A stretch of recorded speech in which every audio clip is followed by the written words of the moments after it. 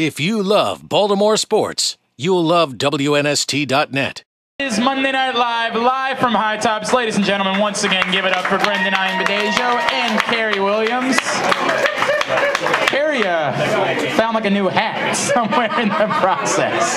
This is just like lying around. You decided you put that one on. Is that the way that worked? That's the way. Yes, that's what happens. It's a smart look though for you. Thank you. It's a good look. I like it. I like that look. All right, big win over Pittsburgh last night, and it's, you know, I know it's 24-hour rule. We got to let it go at some point, but let's revel in a little bit more. We got till midnight, baby. Keep it burning. Cary, one thing that I saw from you last night, and you know, you clearly had an outstanding season, but one thing that I thought was particularly impressive was on two separate occasions, literally a receiver made a catch, and all of a sudden they didn't have the ball. I mean, it was really impressive. Tell me about the determination that even after it looks like a receiver has the ball, you're saying, I'm not just walking away knowing this guy made a catch on me. Yeah, the first one was Mike Wallace running up the sideline. He's fast, and I was behind him a little bit, and I didn't see the ball, so I just wanted to play through his hands. And once the ball came into the picture with his hands, I just played through him and got the ball out there. The second time was Ben scrambling, doing his thing, and he saw the open guy, and I saw the open guy at the same time, and I just dove in there and knocked the ball down. So, you know, it's just me going out there making a play, just wanting a better batter and more worse than the other guy did. Are you itching for a pick right now? Are you like itching to get my hands on the ball? I want to do something. Yeah and no. I would love to have a pick, but you know, I don't want to go out there and do anything outside of the defense to try to get one. So I just want to stay within the confines of the defense and make plays, or whatever comes to me, comes to me. If that's an interception, that's great. If it's, you know, a PBU, then I'll take that too. So it's just something that I'm waiting for, and you know, hopefully when I'm in the right position, it'll come.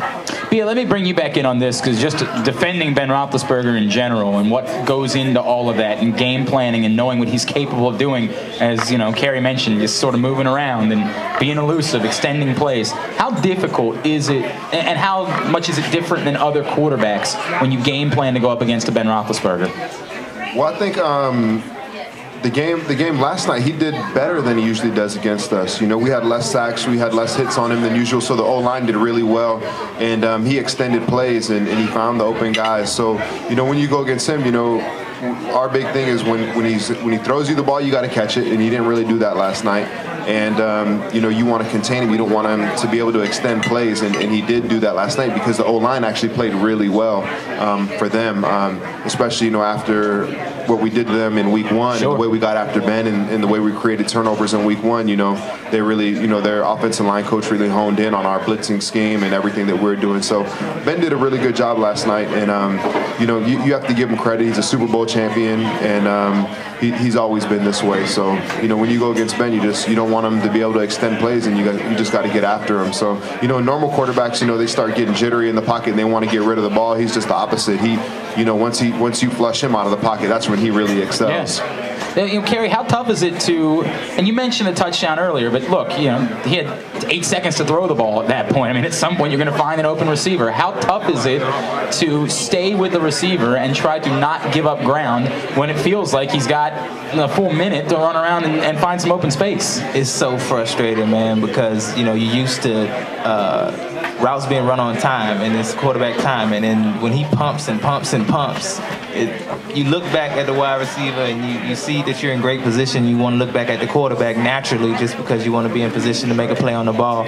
And when you do that, it just seems like he's getting out of the pocket or getting flushed, and he's pumping it. And when you go back to the wide receiver, he's not where he was when he was there just a minute ago. And it's one of those things that's very difficult, man. You got to kind of eye your guy through the whole play. You can't even look back at Ben at times. And unfortunately for me, you know, I had that one play.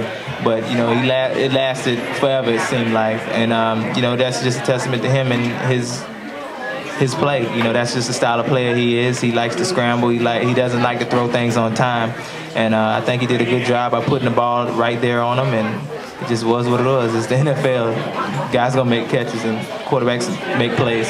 And that's how, that's how the front seven is connected, with the secondary. Sure. The front four is connected with the secondary. If you have a great secondary, then you're going to have some great guys up front in the front four. If you have great guys in the front four, then, you're going to have some great guys in the secondary. They go hand in hand. So, games where we get a lot of sacks, we're not going to be giving up a lot of passing yards. You're going to see some turnovers, some interceptions and stuff, because that's the front four or whoever, the front 5, 6, or whatever, the package is. If we have a blitz on, they're getting after the quarterback, and they're making it easy for the corners. And when the corners cover, then all of a sudden you start seeing more sacks as well, because the quarterbacks have nowhere to throw. So they're interconnected, and Ben did do a great job last night, especially after what happened in the first game. So they made some checks and they made some adjustments, and people kind of forget, like, oh, the other team is paid too. They also have brilliant players and brilliant coaches on the other side too.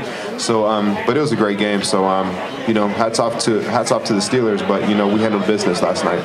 Now, Cary, Ladarius Webb, your fellow starting corner, made some comments earlier in the week talking about Antonio Brown. Not that he was taking any shot at Mike Wallace, but said that he thought he might be a little more of a complete receiver. And certainly Antonio Brown made some huge plays last night. When you have a group of receivers like that, where so many guys have that speed, how much of a challenge is that? I mean, typically most receiving corps in the NFL, you have that one speed guy that you really look at. But Pittsburgh, and they didn't even have Emmanuel Sanders, another speedy guy last night.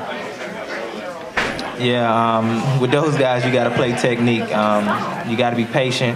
You want to play within the confines of the defense. You don't want to do anything outside of the defense or anything outside of yourself to try to make plays, because those guys will hurt you with their speed, because they have the ability to go up top at any given moment.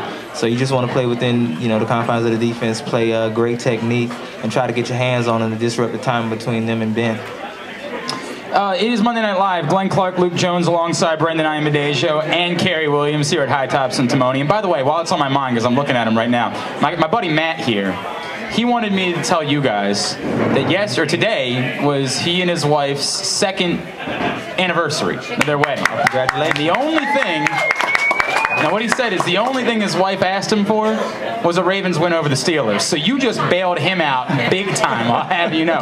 Now, what he asked her for was a turnaround next week and you guys go beat the Seahawks. So no pressure there, but that's the anniversary gift, so a win over the Seahawks now. Look, the first week of win over the Steelers, we'll talk about it. The week after that, you guys went to Tennessee and didn't accomplish what you wanted to accomplish down there. It's a big win. We're all excited about it. Everybody's fired up. It means a lot. How important is it now as you look towards going to Seattle and what you're going to be up against, going to Quest Field and the 12th man and the sort of crazy atmosphere that's up there and the task that's ahead of you moving forward? Yeah, we've had a few big wins this year, and it seems like we come back with a letdown against a inferior team. So, that's our goal, is to, go on the road, come off a big win, and go beat a team that we're supposed to beat.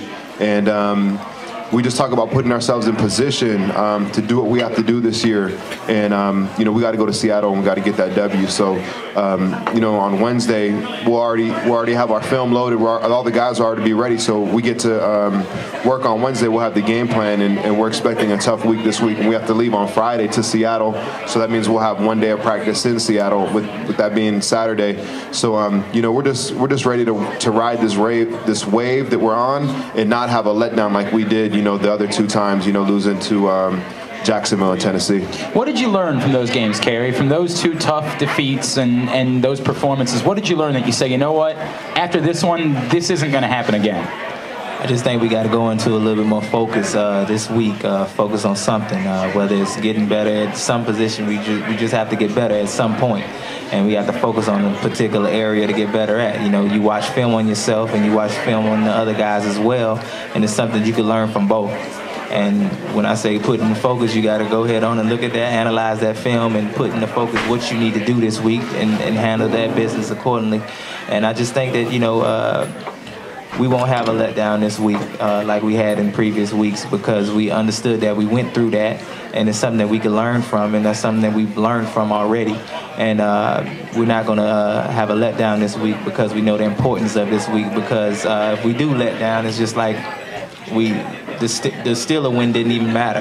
And that's something that we don't want, and we know that the seriousness of this game, and we're going to handle it as such. If you love Baltimore sports, you'll love WNST.net.